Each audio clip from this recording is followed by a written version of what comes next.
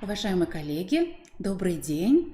Приветствую всех слушателей курса «Школа современного учителя литературы». Уважаемые коллеги, вы уже ознакомились с материалами первого предметного модуля. Вам были предложены видеолекции, лекционные материалы и практические материалы, которые позволили вам заново погрузиться в особенности древнерусской литературы, развитие драматургии в XVIII веке. Вы, конечно, с помощью лекционных материалов попробовали поразмышлять о том, как вы, в какой интерпретации преподносите глубокие моральные смыслы, например, романа «Отцы и дети» Ивана Сергеевича Тургенева и романа Федора Михайловича Достоевского «Преступление и наказание». Мы с вами приступаем к реализации практической части нашего первого модуля. Уважаемые коллеги, я представлю содержание наших практикумов. В рамках практикумов вам тоже будут предложены лекции, лекционный материал. Вы материал этих лекций будете видеть в основном на презентациях. Но к каждой лекции в этом практикуме, в первом модуле, вам еще будут предложены кейсовые материалы. Вот в формате кейсов вам будут представлены не только задания государственной итоговой аттестации по литературе, но еще и задания из учебников литературы и, собственно, сами ответы учащихся. Коллеги, в рамках наших практикумов мы с вами в первом модуле обсудим назначение, содержание, структуру основного государственного экзамена и единого государственного экзамена по литературе. Мы с вами будем говорить о преемственности контрольных измерительных материалов по литературе. Мы обсудим с вами типы заданий, которые предлагают учащимся по литературе, и соотнесем с этими заданиями, эти задания соотнесем с планируемыми результатами. Коллеги, конечно, мы с вами обратимся к трудным темам и будем говорить о том, в чем трудность этих тем. Ну и, наконец, коллеги, в течение всех наших лекционных занятий я буду говорить вам о том, что будет в качестве итогового контроля вами подготовлено, разработано. Анонсирую. В качестве итогового контроля в рамках этого первого предметного модуля вам нужно будет самим выполнить задание с развернутым ответом в формате основного государственного экзамена, в формате единого государственного экзамена. Коллеги, вы будете выбирать формат в зависимости от того, в каком классе вы преподаете в этом году. Ну, допустим, вы в этом году не преподаете ни в 9, ни в 11 классе, но вы при этом преподаете в 8 и в 10. Соответственно, вы будете ориентироваться по вопросу, какой формат вам выбрать. Либо вы будете писать развернутый ответ в формате основного государственного экзамена по литературе, либо в формате единого государственного экзамена по литературе. Коллеги, нам эти задания будут очень важны.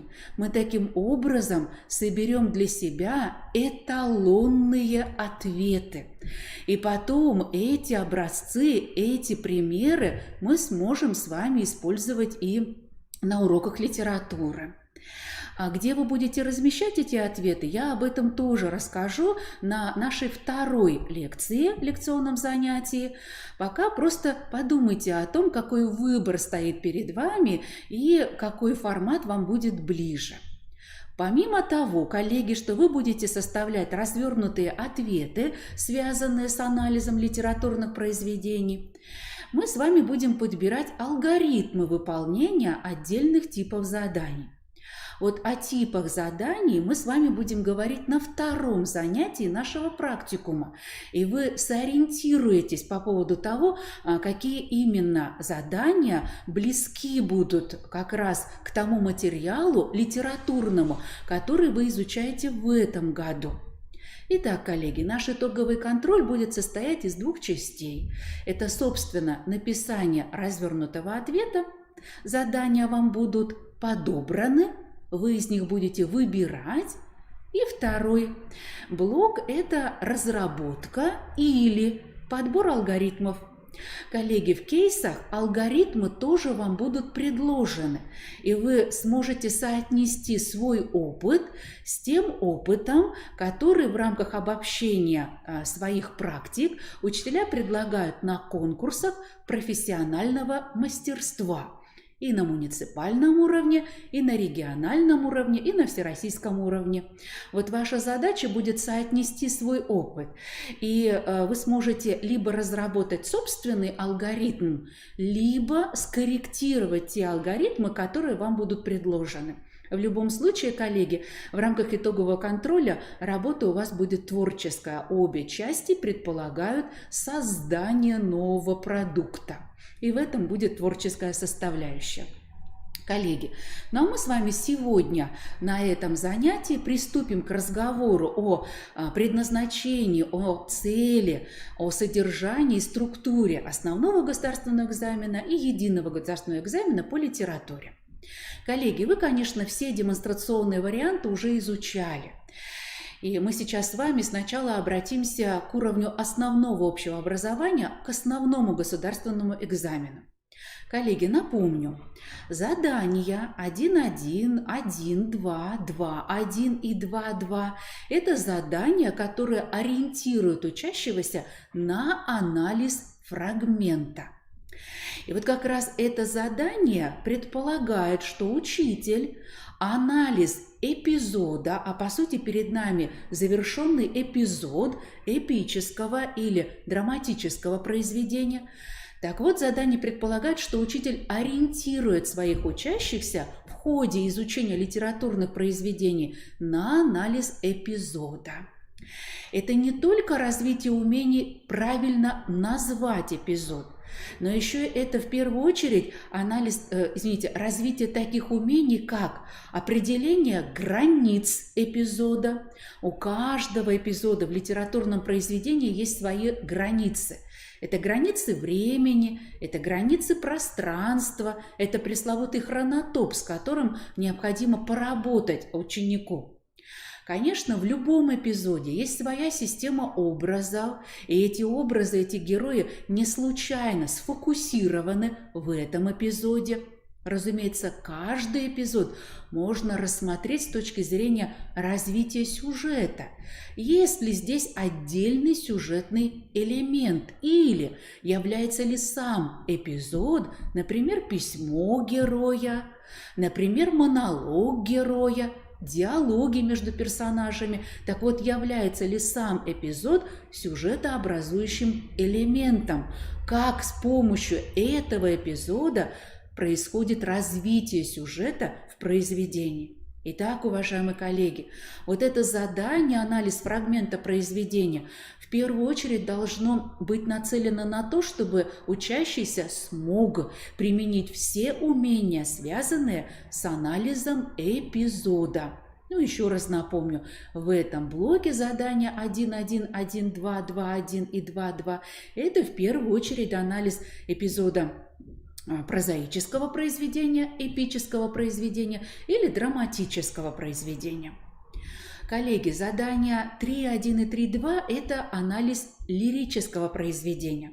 Конечно, направление этого анализа задано. Ребята рассматривают лирическое произведение либо в аспекте пафоса, настроения, либо с точки зрения жанровой принадлежности, специфики жанра, либо анализируют состояние лирического героя, обращаются отдельно к теме этого произведения, или же размышляют о тех художественных средствах, которые были автором использованы в этом произведении.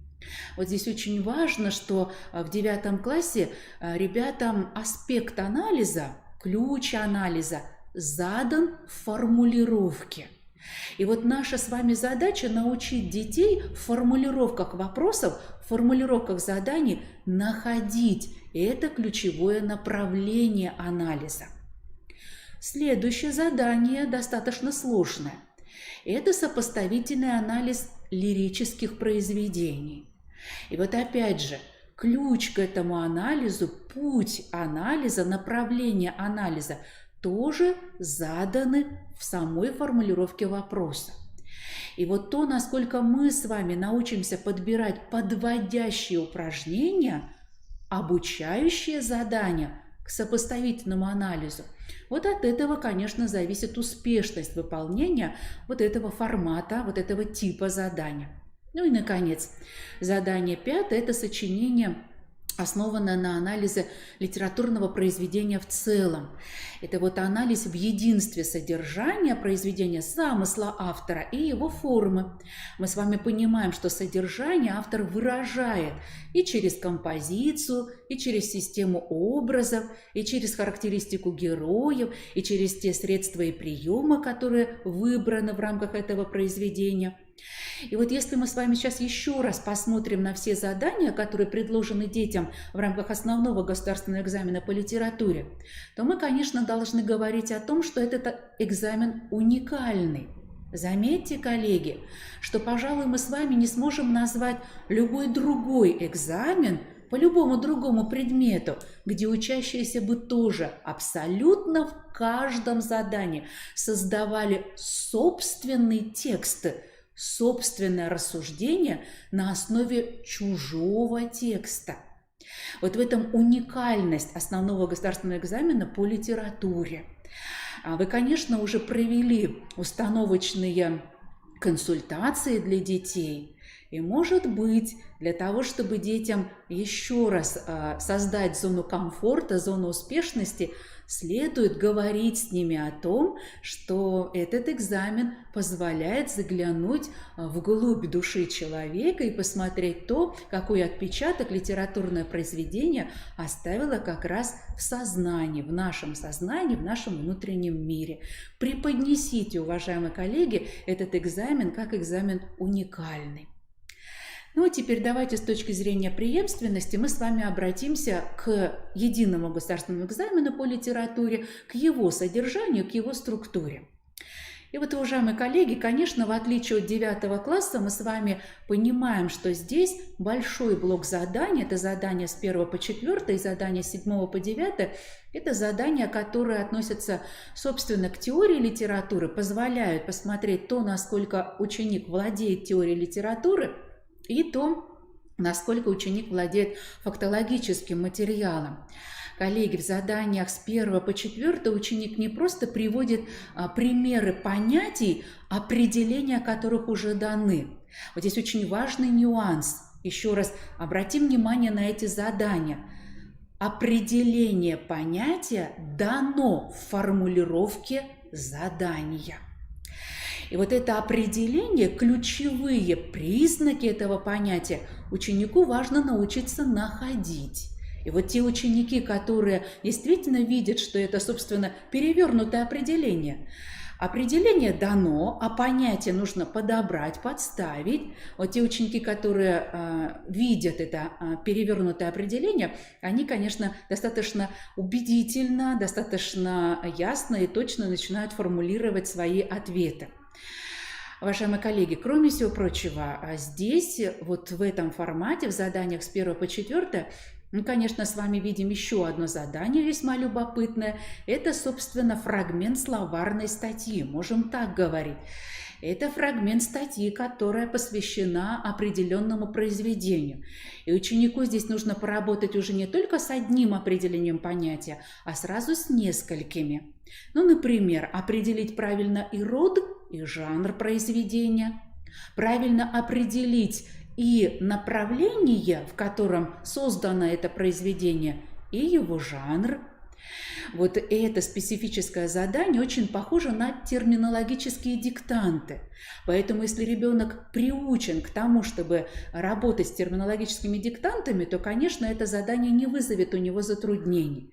Обратите, пожалуйста, на это внимание, уважаемые коллеги. Я абсолютно уверена в том, что эта практика, такой тип задания тоже вошел прочно в вашу ежедневную работу, и вы используете вот этот тип задания не только на уроках литературы, но и на уроках русского языка.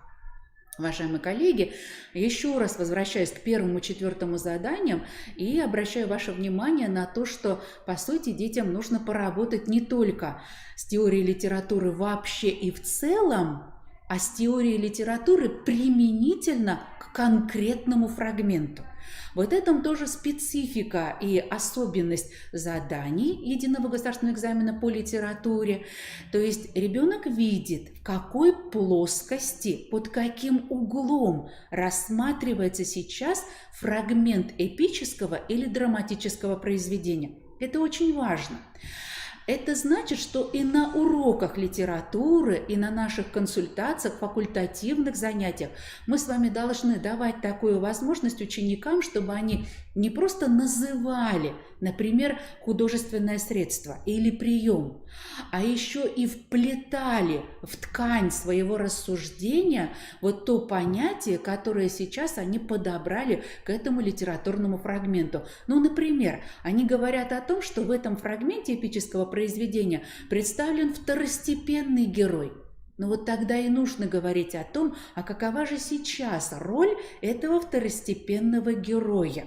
Почему он появился именно в этом фрагменте?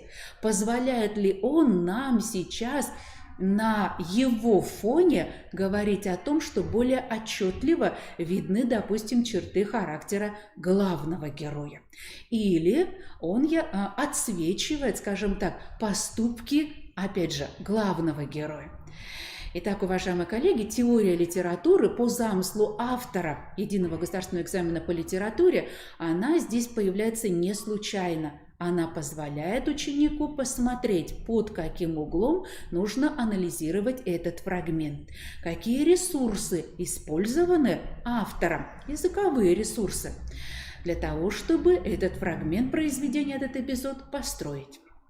Коллеги, задания 5.1, 5.2, они предполагают не просто анализ фрагмента произведения в заданном ключе, но еще и анализ фрагмента произведения с опорой на критические статьи.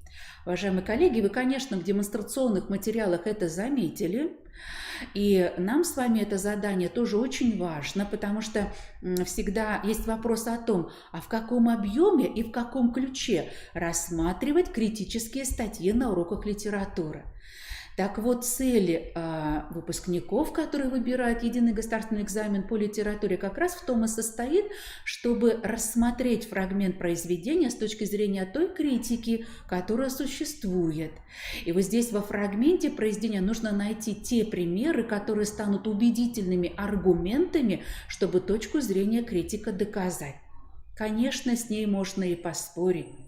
Но, как правило, нам дают такие точки зрения, которые позволяют согласиться в большей степени. Вот эти точки зрения даны как раз для того, чтобы ученик еще раз обратился к материалам этого эпизода. А мы с вами, учителя, посмотрели на то, как он использует эти материалы, как он вплетает их в ткань своего рассуждения.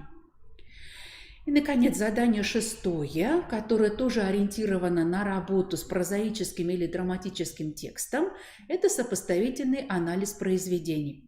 И, уважаемые коллеги, заметьте, что новелла этого года, нововведение, это вот как раз работа с одним произведением, произведением отечественной литературы или зарубежной литературы. Обратить внимание наших ребят на это очень важно. У нас с вами в курсе русской литературы тоже каждый год есть произведения зарубежных авторов. Мы их с вами изучаем. И ученику как раз нужно показать тот путь, на основе которого он будет выбирать либо сходство, либо различие. Ложно. Иногда дети понимают, что нужно находить только различия. На самом деле мы должны сориентироваться и по вопросу, и по произведениям, и посмотреть, в каком ключе мы с вами будем работать с этими произведениями. Уважаемые коллеги, задания 7, 9, 10, 11 ориентируют ребенка на работу со стихотворным произведением, лирическим произведением. И вот здесь тоже первое задание, 7 и 9, первое вот в этой части, с анализом лирического произведения связанными частями. И вот эти вот задания позволяют тоже ребенку сориентироваться в том, в каком аспекте ему нужно будет анализировать это произведение. То есть эта теория подготавливает ребенка, она позволяет погрузиться в особенности смысла, в содержание произведения. Уважаемые коллеги, ну и теперь посмотрите на задание 11. Это у нас с вами задание, связанное с сопоставительным анализом. И сложность этого задания заключается в том, что это сопоставительный анализ лирических произведений. И очень часто в самой формулировке учащиеся тоже пропускают тот ключ, тот аспект, то направление, в котором нужно этот анализ провести. Они пытаются в целом дать анализ отдельно одного стихотворения и отдельно другого стихотворения, а на самом деле сопоставление, направление сопоставления уже тоже дано. Ну и, наконец, задание 12. Это задание, связанное с целостным анализом литературного произведения. Это, конечно, сочинение. Но я не случайно, и тогда, когда говорила о 9 классе, и сейчас, когда говорю об 11 классе, обращаю ваше внимание на то, что это целостный анализ литературного произведения. Вот в отличие от итогового сочинения, ученику не просто нужно привести пример из литературного произведения, этот пример нужно анализировать. И это разные уровни анализа. Это характеристика литературного героя, сопоставительная характеристика литературных героев. Это анализ тематики и проблематики, замысла автора, идеи произведения. То есть уровни анализа и разные, и сложные. И каждый раз, работая с темой сочинения, детям как раз нужно показывать то, на что эта тема ориентирована, что, собственно, нам нужно проанализировать. Уважаемые коллеги, обратим внимание вот на эти особенности содержания основного государственного экзамена и единого государственного экзамена по литературе и постараемся вот с точки зрения особенностей этого содержания говорить о том, каким образом готовить детей к выполнению этих заданий.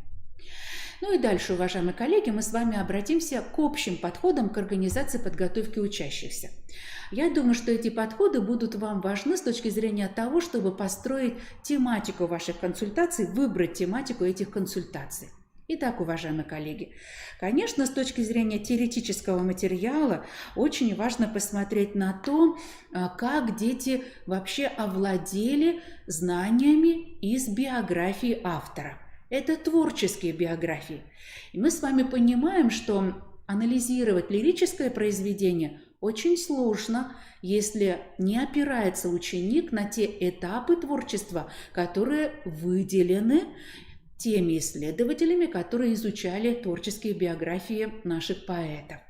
Коллеги, вот здесь в скобках вам предложены те формы заданий, которые вы можете использовать для того, чтобы дети обобщили творческие биографии поэтов, писателей и драматургов, и для того, чтобы уверенно владели ими. Это могут быть разного рода интервью. Что я имею в виду?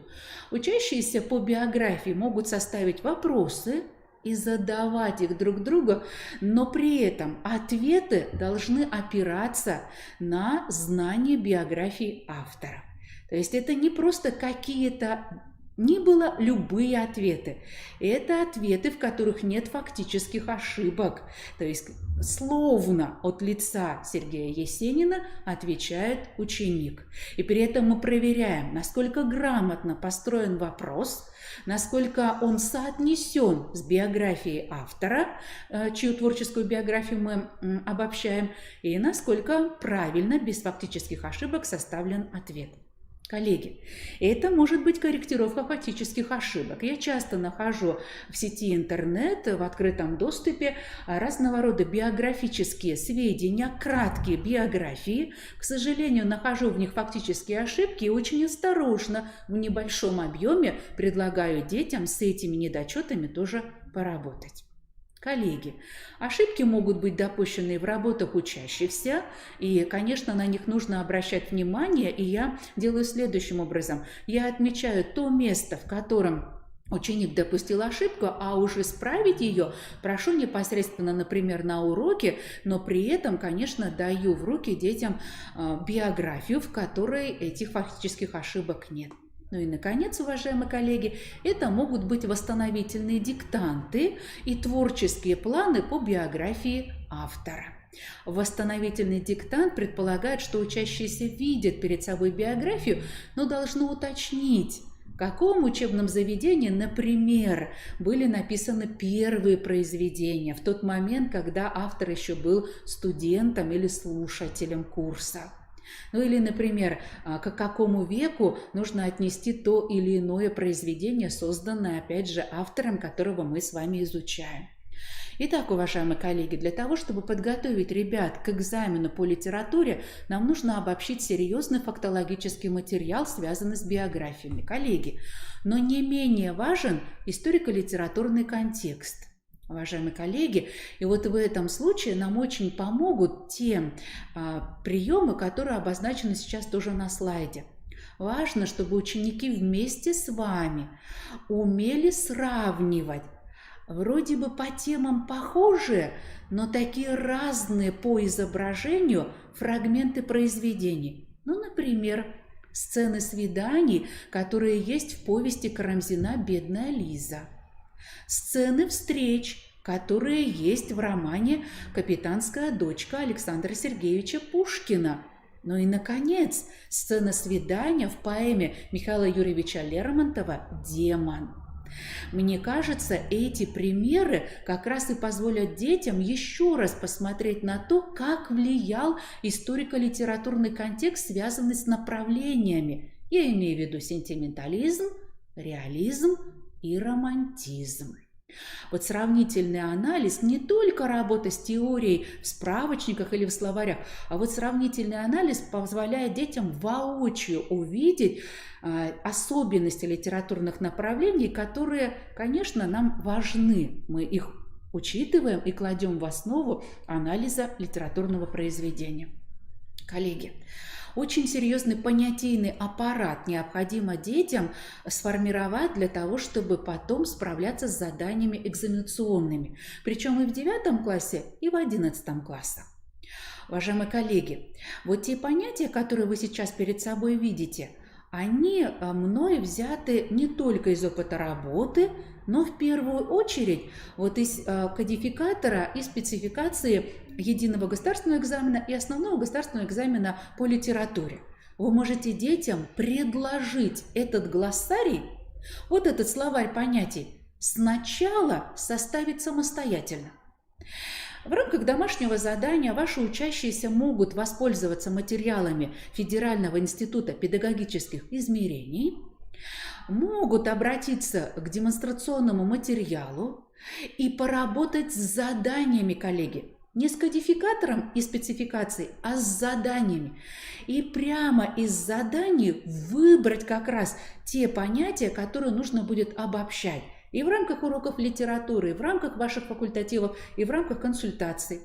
Уважаемые коллеги, эта работа очень интересная, кропотливая, плодотворная, но зато ученикам этот глоссарий будет гораздо ближе, чем те распечатанные материалы, которые в большом объеме мы с вами приносим на урок литературы. И это, конечно, труд, но эмоционально ближе детям будет тот материал, который они сами подготовили, например, с вопросами. Я часто практикую такое задание. Я не столько прошу детей найти в словарях и в справочниках определение понятия хронотоп или гротеск, допустим, или ирония, или сатира, или система образа, сколько прошу записать эти понятия с вопросами. И потом прошу эти вопросы в классе озвучивать. И вот как раз само ощущение ученика того, что он сформулировал вопрос, озвучил его и получил ответ, вот это эмоциональное состояние гораздо лучше позволяет запомнить ему потом то понятие, которое мы используем в течение урока при анализе произведения. Коллеги, вот теперь посмотрите, пожалуйста, я приведу в пример несколько схем, которые очень легко трансформируются в таблицы. Например, работая с системой образов, мы, конечно, с вами говорим о том, что это могут быть образы пейзажные, природы.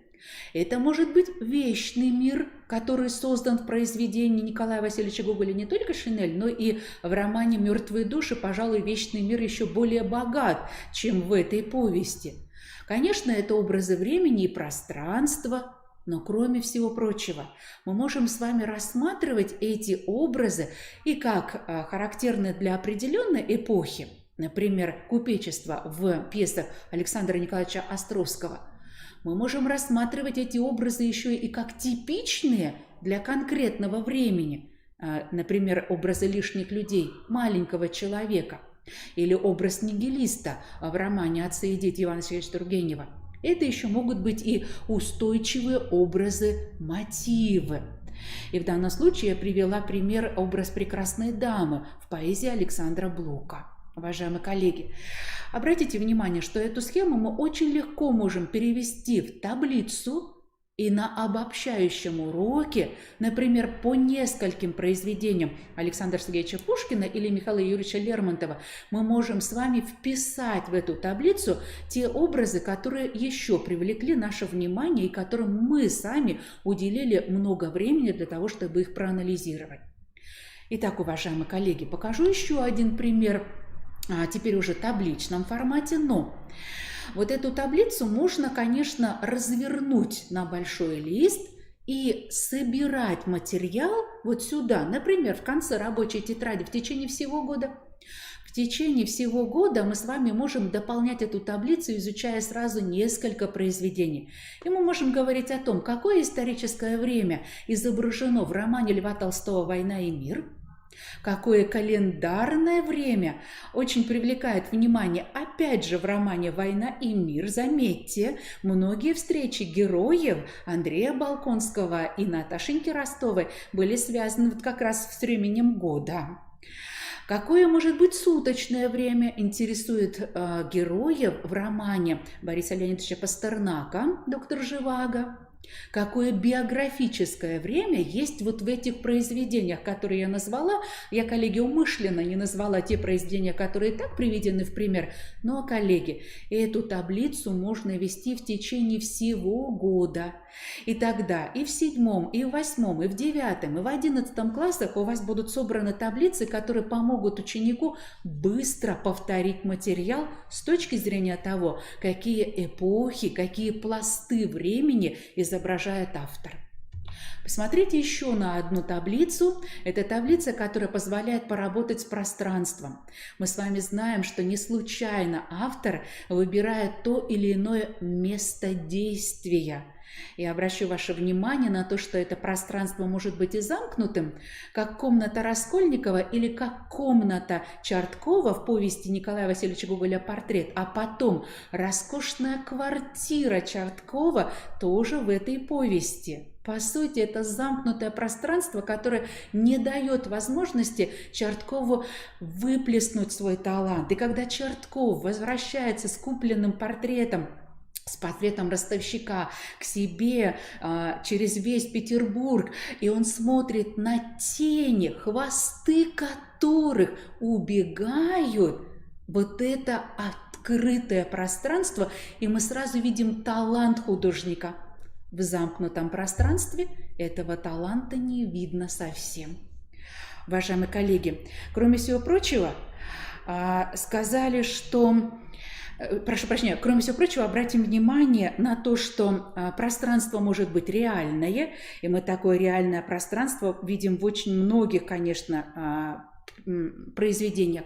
Но это пространство может быть и воображаемое, и в этом случае нам нужно говорить о том, что вот это пространство воображаемое часто возникает в тот момент, когда автор обращается к фольклорным традициям и создает воображаемое или фантастическое пространство.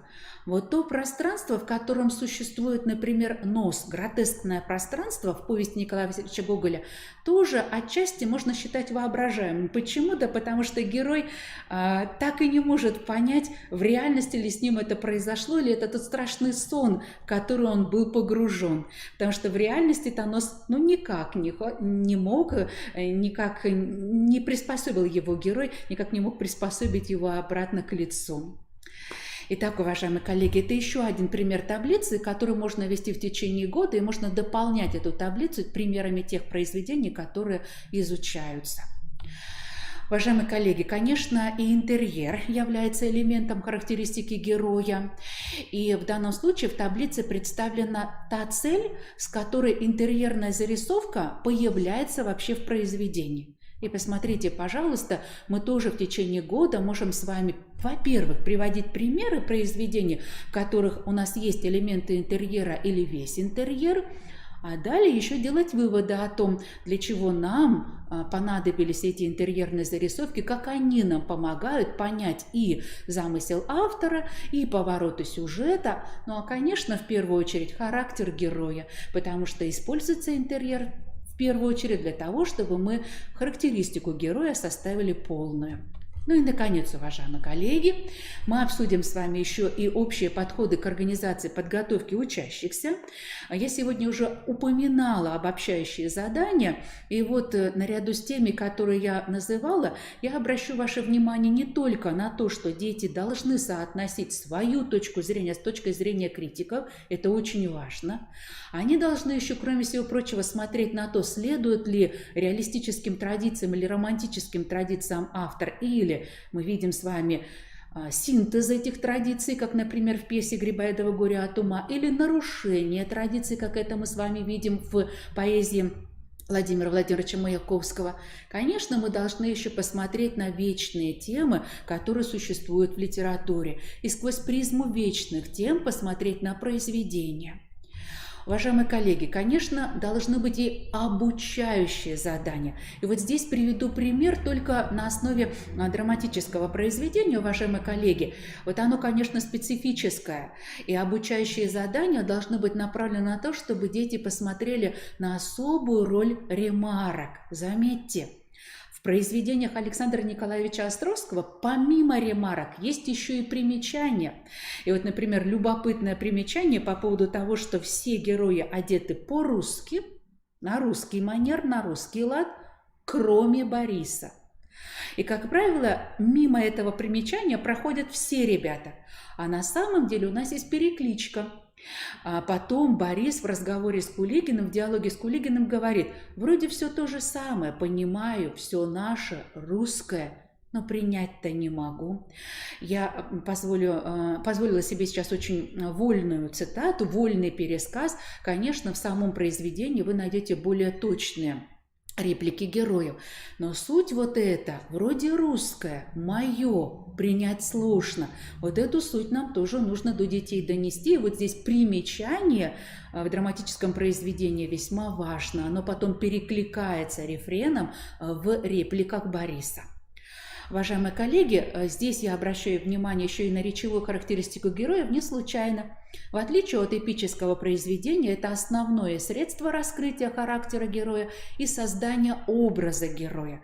Поэтому ученик, который обращается к анализу драматического произведения, должен понимать, что он анализирует в первую очередь речь героя. Уважаемые коллеги, а теперь обращу ваше внимание в рамках этого занятия на важные ресурсы для подготовки. Коллеги, безусловно, заслуживает внимания ресурс «Урок в формате А4». А те из вас, которые давно пользуются этим ресурсом, конечно, заметили то, как за последние 2-3 года этот ресурс изменился. Помимо знакомых нам уже материалов, связанных с биографиями авторов, причем биографии замечательно подобраны, помимо материалов, связанных с иллюстрациями, у нас появились еще возможности работать со словарем, с произведениями и, кроме всего прочего, с характеристикой героев, с анализом произведений. Домашние работы детей по литературе, конечно, нужно давать и опираясь на этот ресурс – урок в формате А4. Уважаемые коллеги, обращаю ваше внимание еще на одну платформу образовательную. Это, собственно, объединение «Арзамас». Почему называю объединением? Потому что он объединил уже и журнальный вариант, и радиовариант. И посмотрите, пожалуйста, на ту вкладку, которую мы с вами можем найти. Эта вкладка называется «Русская классика». Уважаемые коллеги, на этом сайте, я думаю, что вы пользовались его материалами, в очень доступной форме дети могут познакомиться, собственно, с пресловутым историко-культурным, историко-литературным контекстом и посмотреть на те материалы, которые позволят им понять не то, как себя вели русские люди, дворяне во время дуэли, но еще и то, почему эта тема стала, как и тема карточной игры, как и тема азарта, преобладать в русской литературе XIX века. Материалами этими советую очень пользоваться в рамках проектной деятельности. Смотрите, пожалуйста, еще на один образовательный портал. Это портал Лекториум, сайт Лекториум. И вот как раз здесь вы можете поработать с ребятами, например, в рамках внеурочного чтения, внеклассного чтения с записками, которые посвящены не только литературным прогулкам по Санкт-Петербургу. Вы можете найти здесь и другие богатые материалы, посвященные писателям русским, поэтам русским. Коллеги, еще один портал, условно назовем его «Помощь литератору», можно так его перевести. Не обращала бы ваше внимание в первую очередь на сочинения, в первую очередь на анализ произведений, на характеристики героев и на пересказы. Вот казалось бы, а что сложного привести пример в виде пересказа? В сочинении я имею в виду. Но как раз это-то и становится сложным. И поэтому примеры пересказов вы можете детям продемонстрировать вот как раз на этом сайте. Коллеги, следующий портал Briefly – это популярные пересказы, которые основаны на использовании анимационных героев, на использовании иллюстраций, кинокадров, кадров из фильмов. Коллеги, вот этот портал рекомендую в тот момент, когда уже произведение изучено, и нужно его, допустим, обобщить, сюжетные линии повторить. И вот в аспекте сравнения того, что мы видели в литературном произведении, и то, что нам дает в интерпретации режиссер этого небольшого ролика, вот как раз в сравнении мы с вами можем и посмотреть. Коллеги, я благодарю вас за внимание, которое вы уделили этой лекции. Я искренне надеюсь на то, что эти материалы вы будете использовать вместе с тем лекционным материалом, который размещен в этом модуле. И я желаю вам профессиональных успехов в подготовке наших учеников к экзамену по литературе.